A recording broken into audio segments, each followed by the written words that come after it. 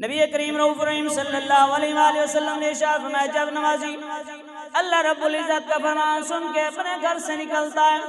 ایک قدم اٹھاتا ہے خالق کائنات اس کے گناہوں کو معاف فرماتا ہے، دوسرا قدم اٹھاتا ہے خالق کائنات اس کا ایک درجہ بلند فرماتا ہے، ایک انسان قدم اور اٹھاتا ہے خالق کائنات اس کے درجات کو بلند فرماتا ہے۔ انسان اللہ کا فرمان سن کے جب گھر سے نکلا، اللہ کی کرم نوازیاں اللہ رب العزت کی نوازشیں اس پر شروع ہو جاتی ہیں، ہر قدم پر اللہ رب العزت اس پر کرم نوازی کر رہا ہے، ایک قدم پر گناہ مٹ رہے ہیں، ایک قدم پر نیکیاں مل رہی ہیں، ایک قدم پر انسان کے درجات بلند ہو رہے ہیں۔ یہ اللہ رب العزت کی انوار و تجلیات کی بارش میں انسان جب مسجد میں داخل ہوتا ہے، محبوب علیہ السلام نے ارشاد میں کہ جب نمازی مسجد کے اندر قدم رکھتا ہے وہ ایسا سمجھے کہ وہ نماز کے اندر شامل ہو گیا، ابھی اس نے نماز نہیں پڑھی، نماز شروع نہیں کی، صرف ارادہ لے کر اللہ کی بارگاہ کے اندر حاضر ہو گیا، خالق کائنات نے اس پر کرم نوازیاں شروع کر دی۔ اب وہ مسجد کے اندر آیا، اللہ رب العزت دو فرشتوں کی ڈیوٹی لگاتا ہے،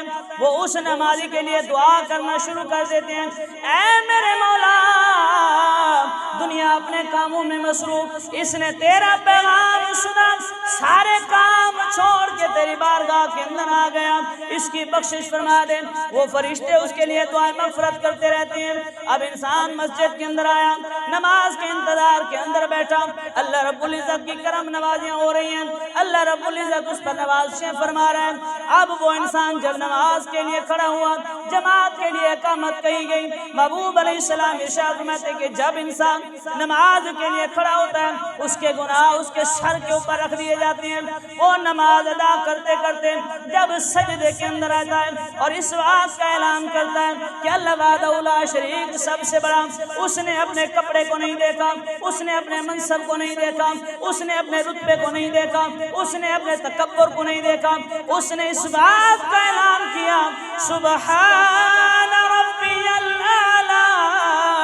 اس کائنات میں کوئی بڑا نہیں، سب سے بڑا اللہ کی ذات ہے۔ تو محبوب علیہ السلام ارشاد فرماتے ہیں جیسے انسان سجدے کے اندر جاتا ہے اللہ اس کے سارے گناہ معاف فرما دیتا ہے۔